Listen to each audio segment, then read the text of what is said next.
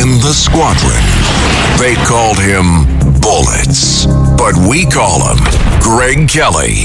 Greg Kelly is on the air on the Red Apple Podcast Network.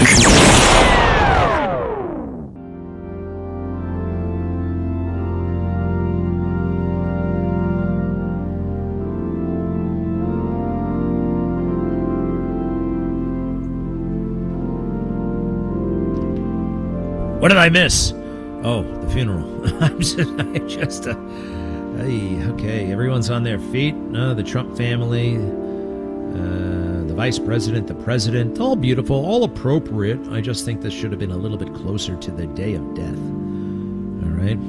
Yeah, Susie Wiles, Steve Witkoff, Lara Trump, Eric Trump, Scott Bessent, the who's who. You kind of, this is like a hot ticket. I hate to say it, but a hot ticket.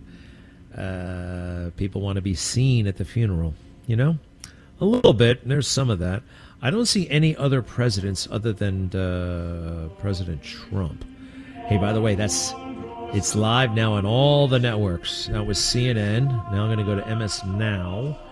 Again, one more time. This is kind of a thing. Sometimes I focus too much on what the hell the media is doing. But, yep, there it is, live. Okay, it's live on 3 freaking networks. I'm sorry, we don't have royalty. We don't have aristocracy. This is a bit much.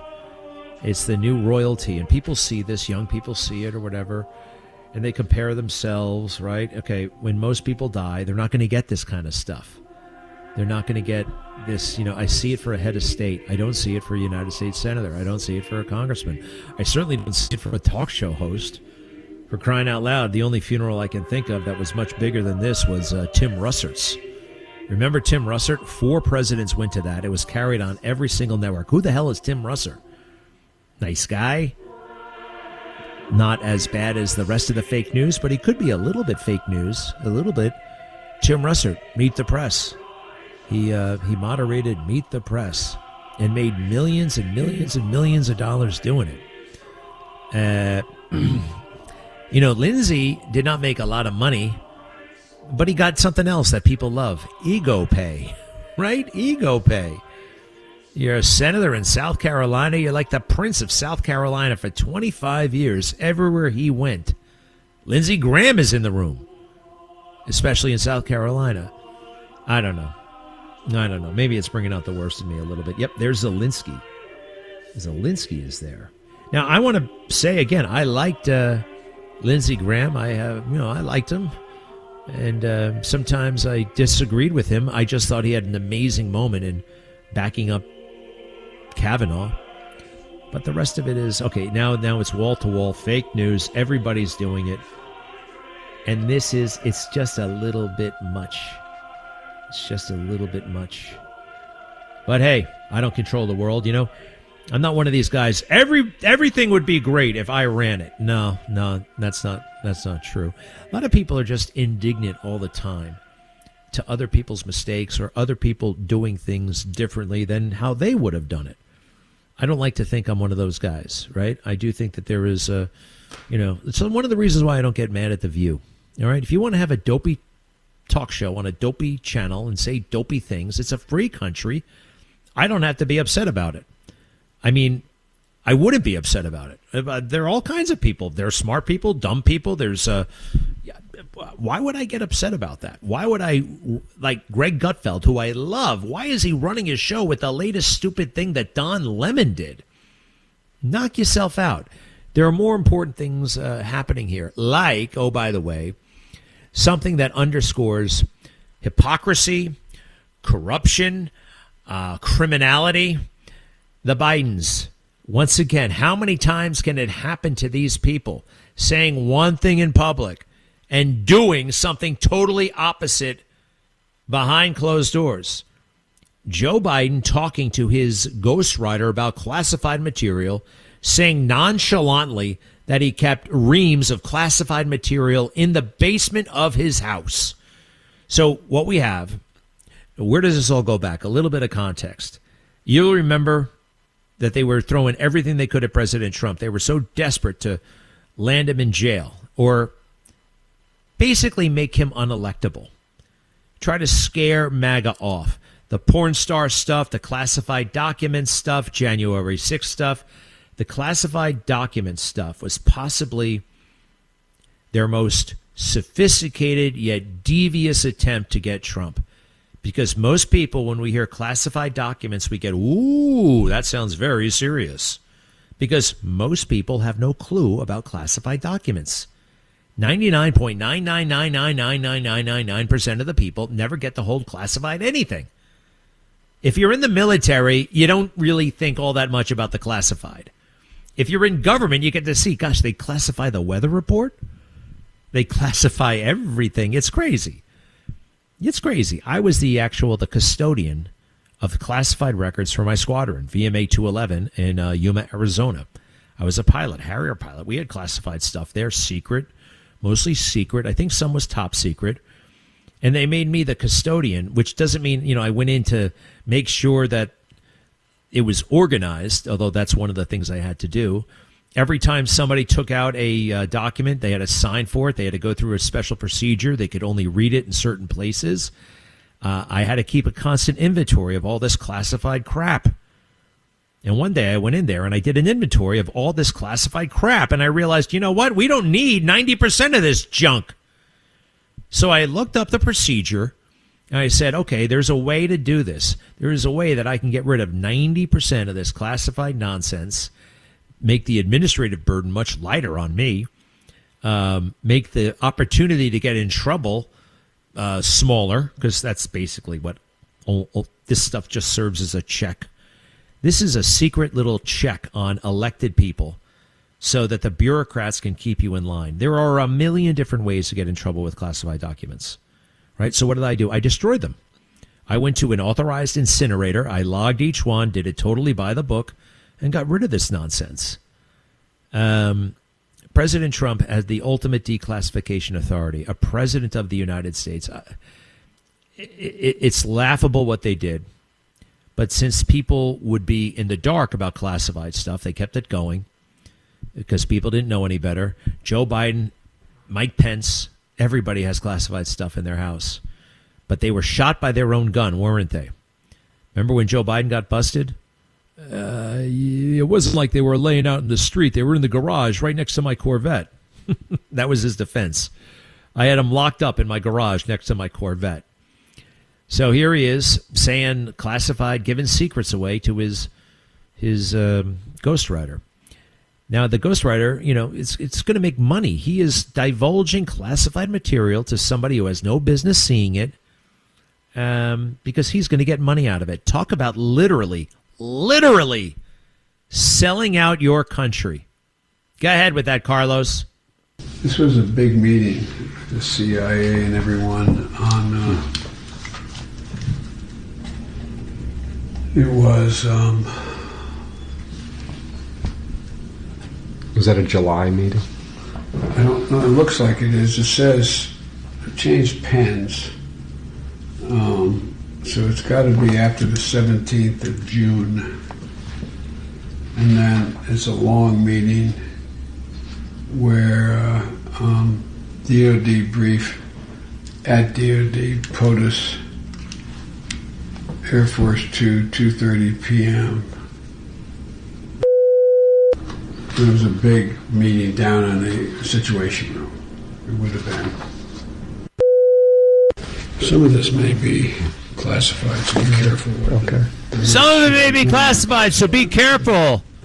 I just found all the classified stuff downstairs.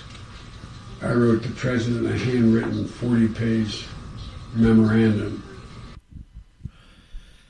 He wrote a 40-page memorandum, all the stuff about how he was right about Afghanistan and Obama was wrong. The other thing in here is not classified, but it's fascinating to listen to. I got to find it for you, but it's a big give and take between, not much of a give and take, actually. Joe Biden is slowly recalling stuff, but he recalls a lunch that he had with Obama. And Obama, Joe doesn't know it. That's the fascinating thing. I understand the conversation better than Joe Biden, who was actually there for the conversation. Right? So basically, Obama is trying to talk him out of running for president. And Joe Biden can't figure that out. At least not that conversation. Joe Biden is told by Obama, look, if you're going to run for president, you got to have a rationale to run. You got to have a narrative. Joe Biden's been in his politics, his whole life. He's getting these tips, these very basic tips from Obama. And Obama is basically illustrating you don't have a rationale to run. There's no compelling rationale for you. What, you're most experienced? That doesn't sell anymore. Look at me. Look at me, Barack Obama. I was here for a year and a half, and they made me president. What else does he say? You got to go to my team. You got to go to my people. You got to go to David Plouffe, my pollsters. And they'll tell you straight whether you have a chance or not. Well, you only say something like that when you know that your team is going to tell the guy you don't want to run not to run. That's what he's throwing cold water on his plans all over the place. The other thing he says, very interesting. Obama tells him, look, I care a great deal about your reputation and your legacy. Okay, I care about those things. And when Biden tells us that, it's almost like he's bragging, like I knew the president so well and the president cared about me. But that was code, Joe, you nimwit. Okay, that was code for he knows you're corrupt. The whole administration knew you were corrupt. That Burisma crap, that may have fooled some people, right? That may have fooled the fake news. You may have gotten away with it with them. You got away with it with everybody. But Obama knew. Obama's a smart character, smart cookie, kinda. Savvy Chicago insider. Hey, he's a lot of things. I guess he's not dumb. He's not that dumb to go from state senator nobody to president of the United States in how long? 4 years. 4 years. That's pretty good. Anyway, so I find that really interesting to listen to. So there's evidence of a crime. There's evidence that he doesn't understand what Obama was telling him. It reintroduces all that stuff about Joe's corruption. Unfortunately, we only have 2 hours. 2 hours of 70 hours of audio. I want to know more about the ghostwriter. Who is he? Was he on drugs? Everybody seems to be smoking weed these days. I want to know. It reminds me that Joe Biden lied to the country and the world when he said he was horrified by Donald Trump and the classified material. Donald Trump literally kept that classified material on a stage, right? On a beautiful stage, secure, in one of the most exclusive places on earth, Mar-a-Lago. Mar-a-Lago is an exclusive club. Joe Biden had this stuff in his wet garage. And then what did he do? He blamed his staff for packing it. He blamed his staff. So it's like a double whammy. It's a double whammy. He had it. He knew he had it. He didn't say, oh, my God, I have this stuff. Let's call the police. Let's call the FBI and turn it in. It was standard practice, just like Mike Pence. All right. And I'm still going through this thing with Fauci. All kinds of little tidbits here. And are you ready for the summer of Black Lives Matter part? I guess it's 2020, 2022, 2024, 2026. 4. Black Lives Matter summer part 4. Taking an ordinary shooting, an ordinary police action, and putting it on steroids. Game of functioning it for maximum political benefit for Democrats. Be right back. Greg Kelly on the Red Apple Podcast Network. Hey, even though this funeral has been dragged out, it is fascinating. There is the President of the United States eulogizing Senator Graham, good friends. Let's listen in. A respected statesman, a giant of the United States Senate, and a true American original who left us much too soon. And that can only be the one and only Lindsey Graham. By the strength of his steadfast convictions, the force of his magnetic personality, and the goodness of his noble soul, Lindsey rose from a small town in rural South Carolina, a place he loved so much, to become a constant fixture of American politics at the highest level and a force to be reckoned with all over the world. For more than 30 years, nothing of consequence happened in this capital without Lindsey Graham knowing about it. Nothing of significance happened anywhere in the world without Lindsey Graham having a view on it. And no bill became law in the most exceptional republic in human history without Lindsey Graham having a say in it. He was a man who gave America the full measure of his good and mighty heart until that heart itself just gave out. But even though Lindsey's life was cut short while he was still so full of vim and vigor, there can be no doubt that he lived absolutely to the fullest. He died doing the work he was born to do. He was truly a great politician, serving the country he loved to serve so deeply. He went out at the peak of his career, at the top of his game, as a legend that every one of us, many of us here today, are blessed to know him, and a friend that none of us will ever forget. There was truly nobody like Lindsey Graham. It was his hometown of Central South Carolina that Lindsey first learned the art of politics. His parents ran a bar and pool hall on Main Street with a room in the back where the family spent and what happened? As Lindsey said, his father taught him the key to being a successful bar owner is that you have to be funny enough that people will keep coming back, and that you have to be tough enough that you can stay in business and thrive. A very difficult combination. For his entire storied career. Very interesting, very interesting. Exactly who Lindsey Graham was. He was. All right, nice, I should say, nice. Little much, but nice. Okay. I think they went a little bit overboard. This should have been last week this time, but what are you going to do? Okay, it's not up to me.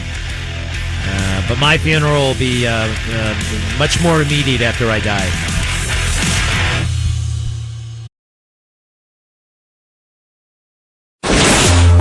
Greg Kelly, entertaining and informative on the Red Apple Podcast Network. It's a testament to his towering impact that among those mourning him here today are leaders, presidents, prime ministers from all over the globe. Sitting right and that's nice. That's very Lindsey nice. All right. Thank you. President Trump live at the National Cathedral talking about Lindsey Graham. I know on one level he's got to be a little bit sick of this. All right. I'm sorry. It should have wrapped up last week. John McLaughlin joins us, the great pollster, helped get President Trump in power. He's great with the numbers, great checking the pulse of America. John, you're a fellow Catholic. I am not accustomed to funerals being dragged out like this 9, 10, 11, 2 weeks after the death. It wasn't like this in the olden days, was it? Well, I'm not sure. Back in the olden days, my grandfathers were New York City detectives. Your father's a New York City police commissioner. I think they had an Irish wake and people grieved, and that was it. But you go back to the Jewish religion, then they'll bury you within 24 hours because that was probably the healthiest thing to do back then. I think there's something to that. There's something to that. Kennedy died. Kennedy was shot on Friday, November 22nd at 12:30 in the afternoon. Monday, November 25th, he was buried. I mean, that's kind of standard. I mean, this is crazy. Well, I remember, I was in St. Barnabas Grammar School in Woodlawn when the nuns they made the announcement that the president had been shot and put your heads on the desk and pray. And then they sent us all home, and we had to walk home. But that was all televised back then. The nation was very sad. I mean, he was the first Catholic president. So, and I'm not sure that John Kennedy, I'm not sure would have been with these big Democrat socialists right now. He probably would have been a Republican by now. Yeah, so, it's wild. Interesting memory. Hey, listen, John, Obviously, it's a midterm year, 2026. I am picking up more optimism about Republican and MAGA, the chances. And I'm also seeing like finger pointing already happening in the Democrat Party about who blew the midterms. These midterms are looking up for the good guys, aren't they? Well, if we run a contrast election, like all these times I've been on your show, I say we have to play offense. And with the Democrats right now, they're giving us a lot to play offense with.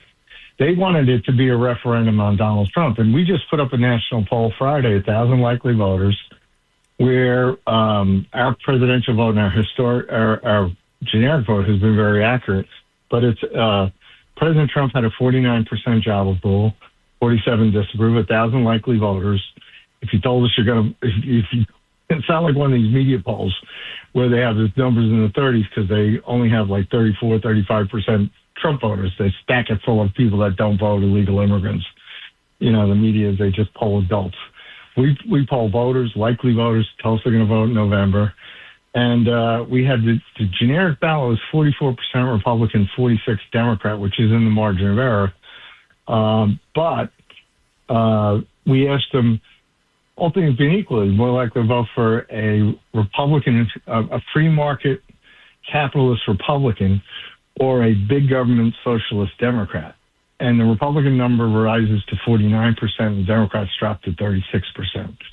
So if the Republicans, go to Dallas, put out a platform where they say, look, we're for voter ID, which 77% of all voters support. We're for proof of citizenship to vote, which 84% of all voters support.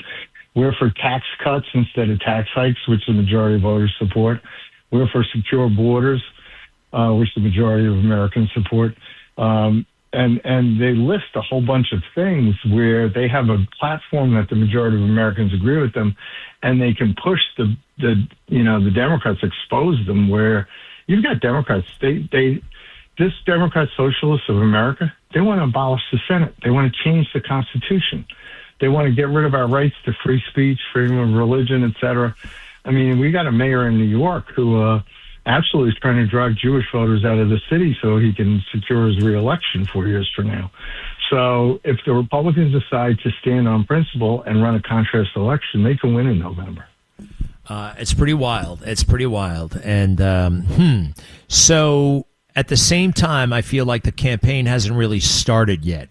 The contrast hasn't been made yet. I feel like, we're still in this limbo. I don't know why. Maybe it's because it's the summer and everyone's checked out. Does this thing really kick off after Labor Day? No, we've never had a midterm convention before, and that's what Donald Trump wants to do, right? So it's his idea. You got a historic president who believes in, keeping the party together and making them stand for popular things that he got elected. And so we'll have a convention in Dallas on September 9th and 10th. And for those of us in New York, we'll come back to New York and mark 9/11 and, make our stand against radical Islam because of, the memories of our friends that lost their lives on 9/11 25 years ago. But it's something that right now you have all these different candidates. You still have primaries going on. There's going to be a primary in Michigan next week on Tuesday. There's going to be a primary in Tennessee. There's Massachusetts doesn't have its primary until September. So there's a lot of primaries. Florida has its primary in August. So you still have a lot of primaries going on. But once all those primaries are done and the candidates are set, we get to start running contrast campaigns. And so you're seeing that these candidates that the Democrats have nominated, say in Texas, Tallarico, the guy who believes in 6 genders and is okay for, kids to have operations and treatments when they're under the age of 18, when they're young kids, to change their gender. That's permanent and stuff like that. That's stuff he believes in. And then you got this guy El Sayed in Michigan. They haven't decided that primary until Tuesday, where him and a liberal Democrat, Haley Stevens, running against another socialist Democrat. who they're finding out today. There was an article that he favored a mosque being built on the site of 9/11, of the World Trade Towers. And this is the guy who the Democrats want to nominate in Michigan. He might be the Senate candidate. Mike Rogers is a little bit ahead, but it's going to be a close race in Michigan for U.S. Senate. And then you got Maine, this guy Plattner. They had to get rid of him. The guy was, I'm surprised that they haven't, they got to check and see if the statute of limitations ran out on some of those things that these women say he did to them. So, hey, John, I want you to hear something. Act Blue. You know about Act Blue, right? They raise money. It's a very easy way to give. I know a lot of Democrats give small donations like throughout the year, $5, $10.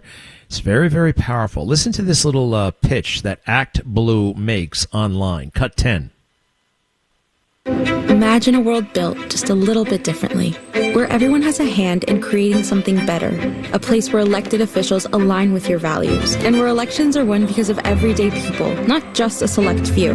We believed in that future, but somehow it seemed so far away. We asked ourselves, how could we use technology to not only make it easy and accessible to raise money, but also help more people participate in our political process? Those questions inspired Act Blue. We wanted to provide simple fundraising tools for Democratic and progressive campaigns and causes, and put them in the hands of those impacted by our highest offices. As All right, a nonprofit. stop.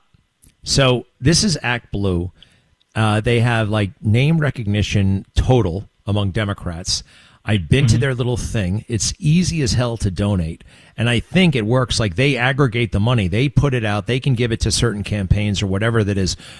I feel like it's brilliant. I feel like it works. And I feel like the Republicans don't have anything similar. Or do we?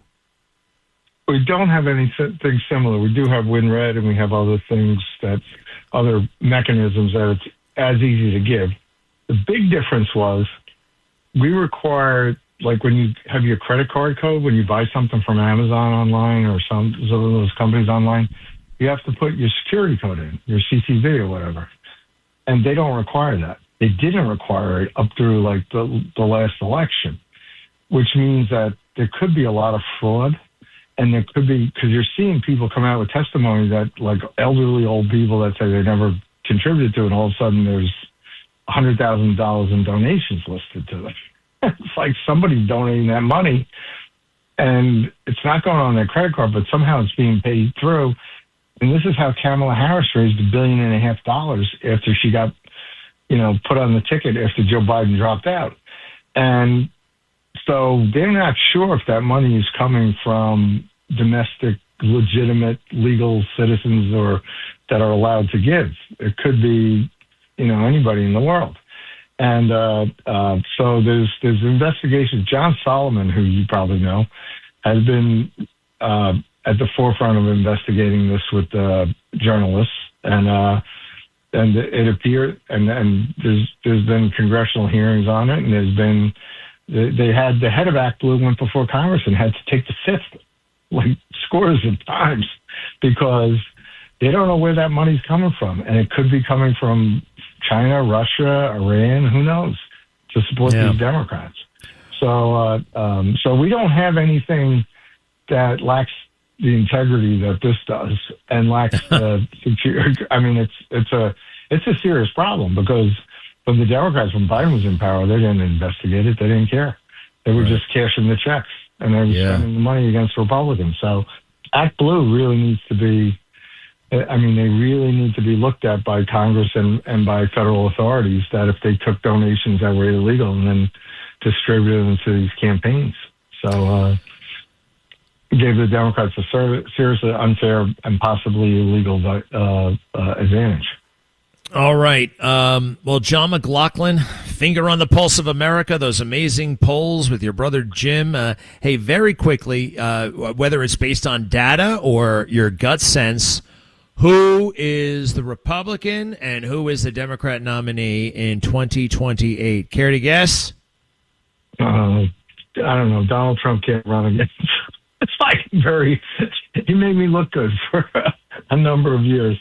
So it's like, I just want to get through November 3rd. Yeah. My guess is after November 3rd, November 4th, you will have a free-for-all on both sides with lots of candidates, Democrats going off having a big battle between the big government socialists versus their usual liberals and the Republicans. Yeah. We will see. We'll see if anybody can be as good as Donald Trump. All right. He has spoken, John McLaughlin. Thanks for all you do. If anybody wants to commission a poll and find out how popular they are or how unpopular they are, what's the website, please? You go to McLaughlinOnline.com. We put up the poll results there. The poll I was citing to you is on there. We tend to be fairly transparent. So, all right. Thank you, John. They can go there. But thank you, and keep up the good work, getting the truth out. Thank you, sir, very much. McLaughlinOnline.com. Thank you, John. Folks, it's your turn. 800-848-9222. 800-848-9222. We'll be right back. Greg Kelly, entertaining and informative on the Red Apple Podcast Network. Okay, we are back going through this thing. I'm going to talk to Brett Giroir in a little while. He was one of the experts during COVID, one of the good guys. I see that Fauci hates him. Everyone's dying. Got people dying all over the place, and this guy is just having a feud with Brett Giroir, playing all kinds of games, inter-office politics. He's making friends with General Milley. This guy is too much, man. Uh-oh. Press having a field day trashing the POTUS for a statement about drinking bleach, consuming the press. We'll brief governors today with the POTUS. Governor talk went well. Cuomo stated that I had been saying all along that we need partnership. Note, the POTUS goes back and forth and has often said the states are on their own. And when I say partnership, there was some concern that I was contradicting POTUS. For the first time, the POTUS had a presser and walked out without answering any questions. Axios wrote that he may greatly diminish pressers he used to love due to the rating surge. However, his people are now telling him that it is greatly hurting his approval ratings. It's just interesting. I want to get back to does he actually amplify? Does he believe that President Trump said drinking bleach? Because President Trump did not say that. All right? President Trump did not say that, you son of a bitch. He does put it in quotes. All right. So let's see. Got to get out of here in a second. 800-848-9222. Let's go with Amy. How are you? Hi. A little while back, you were talking about trying to start studying the Bible and getting into a Bible study routine. Well, yeah. I mean, I kind of am in. Every now and then I'm frustrated with myself because I fall out of the routine, but I'm like light years better than I used to be. Why? What's up?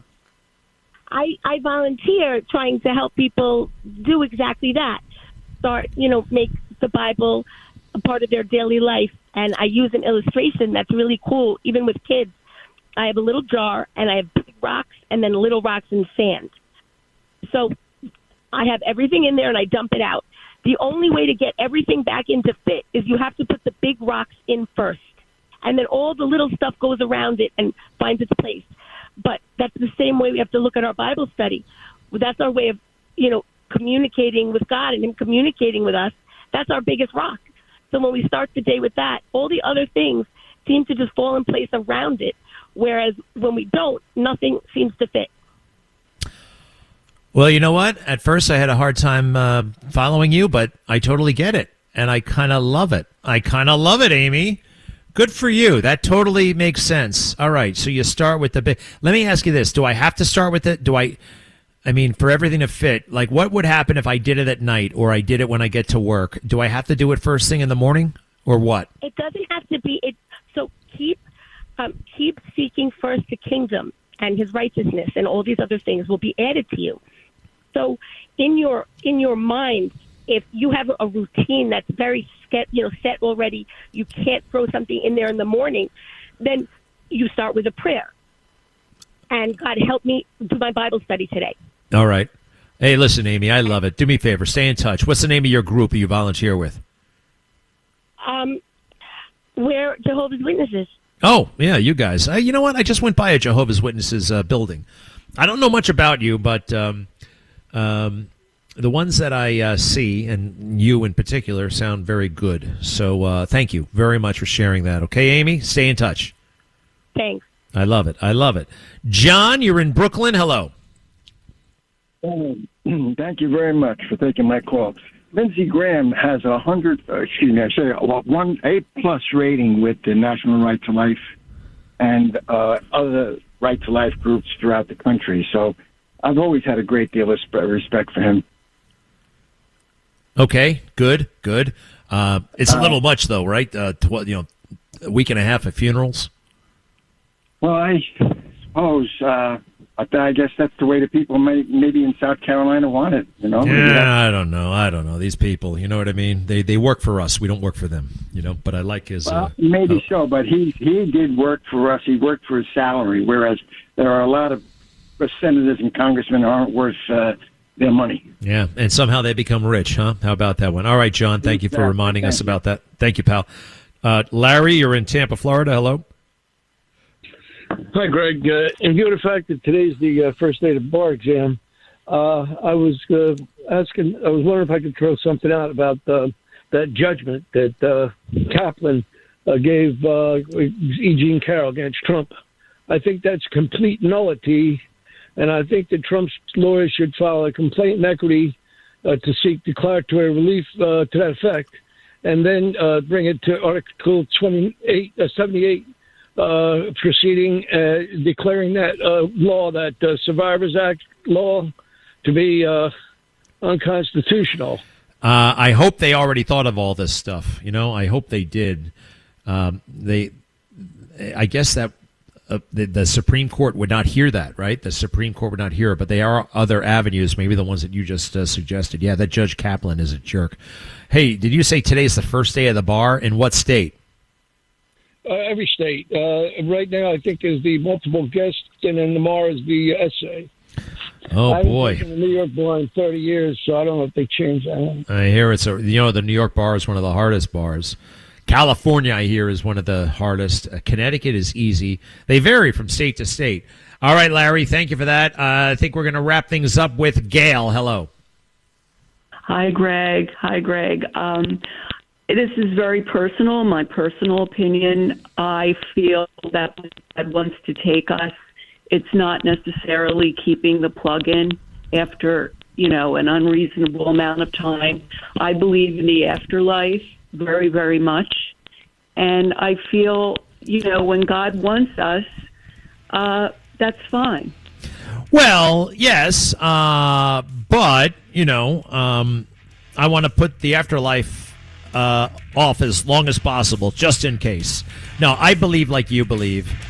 But, if God wants me, he'll take me. He's not going to worry about some plug in the wall. You know what I mean? Anyway, Gail, I appreciate you and your concern, and I love it. I love it. To be continued. I'll make a video later on.